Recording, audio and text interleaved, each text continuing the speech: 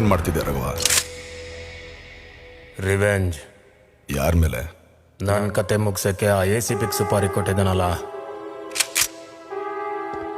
ನಾನಾ?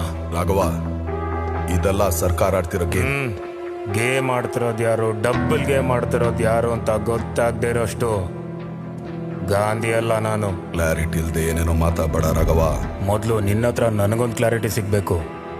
ನಾನು ಗನ್ ಹಿಡ್ಕೊಂಡಾಗೆಲ್ಲ ನನ್ನ ಬೆನ್ನಿಂದ ಇರ್ತಾ ಇದ್ದವನು ಈಗೇನು ಎದುರುಗಡೆ ನಿಂತಿದ್ಯಾ? ಮನುಷ್ಯನ್ನ ಸೈನೈಡ್ಗಿಂತ ಫಾಸ್ಟ್ ಆಗಿ ಸಾಯಿಸೋದು ನೆಗೆಟಿವ್ ಥಾಟ್ಸ್. ಈಗ ನಿನ್ ಕಣ್ಣಿಗೆ ಎಲ್ಲರೂ ಶತ್ರುಗಳ ತರನೇ ಕಾಣಿಸ್ತಾರೆ.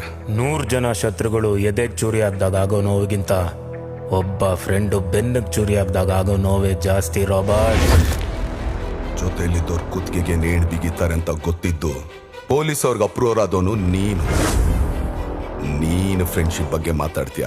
ನೀನು ಮಾಡಿರೋ ಈ ತಪ್ಪಿಂದ ನಮ್ಮ ಕಡೆಯವ್ರು ಎಷ್ಟು ಜನ ಪ್ರಾಣ ಕಳ್ಕೊಂಡಿದಾರಂತ ಗೊತ್ತೇನೋ ನಿನಗೆ? ಪ್ರಾಣ ಕಳ್ಕೊಂಡವ್ರು ಯಾರು ಫ್ರೀಡಮ್ ಫೈಟರ್ಸ್ ಅಲ್ಲ, ಬರ್ತ್ ಸರ್ಟಿಫಿಕೇಟಲ್ಲಿ ಎಕ್ಸ್ಪೈರಿ ಡೇಟ್ನ ಬರ್ಸ್ಕೊಂಡ್ಬಂದಿರೋ ಕ್ರಿಮಿನಲ್ಸ್. ಆದರೆ ನನ್ನ ಹೆಂಡತಿ ಏನು ತಪ್ಪು ಮಾಡಿದ್ಲು? ನಾವು ಮಾಡಿದ ತಪ್ಪಿಂದ ಅವಳು ಪ್ರಾಣ ಹೋಯ್ತು. ಈಗಲೂ ನಾನು ಅದೇ ತಪ್ಪು ಮಾಡಿದ್ರೆ ನಾಳೆ ನನ್ನ ಮಗನೂ ಬಲಿ ಕೊಡಬೇಕಾಗತ್ತೆ. ಹಾಗಾಗೋದಕ್ಕೆ ನಾನು ಬಿಡೋದಿಲ್ಲ. ಅದಕ್ಕೆ ಯಾರೇ ಅಡ್ಡ ಬಂದರೂ ಸುಮ್ಮನೆ ಇರಲ್ಲ, ಅಡ್ಡಡ್ಡ ಸಿಗದಾಕ್ಬಿಡ್ತೀನಿ.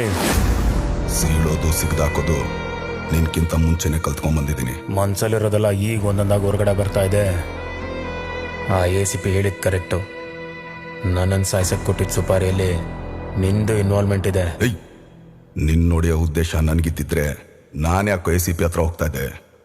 ಒಂದಾನೆ ಒಂದು ಹುಲಿ ನೋಡಿಯೋದಕ್ಕೆ ನರಿಗಳ ಹತ್ರ ಹೋಗಲ್ಲ, ಅದೇ ನುಗ್ಗೊಡಿಯುತ್ತೆ. ರಾಬರ್ಟ್, ಈಗ ನನ್ನ ರಿವೆಂಜ್ಗೆ ಯಾರೇ ಅಡ್ಡ ಬಂದರೂ ಫ್ರೆಂಡ್ಶಿಪ್ನೇ ಮರ್ತು ಬಿಡ್ತೀನಿ.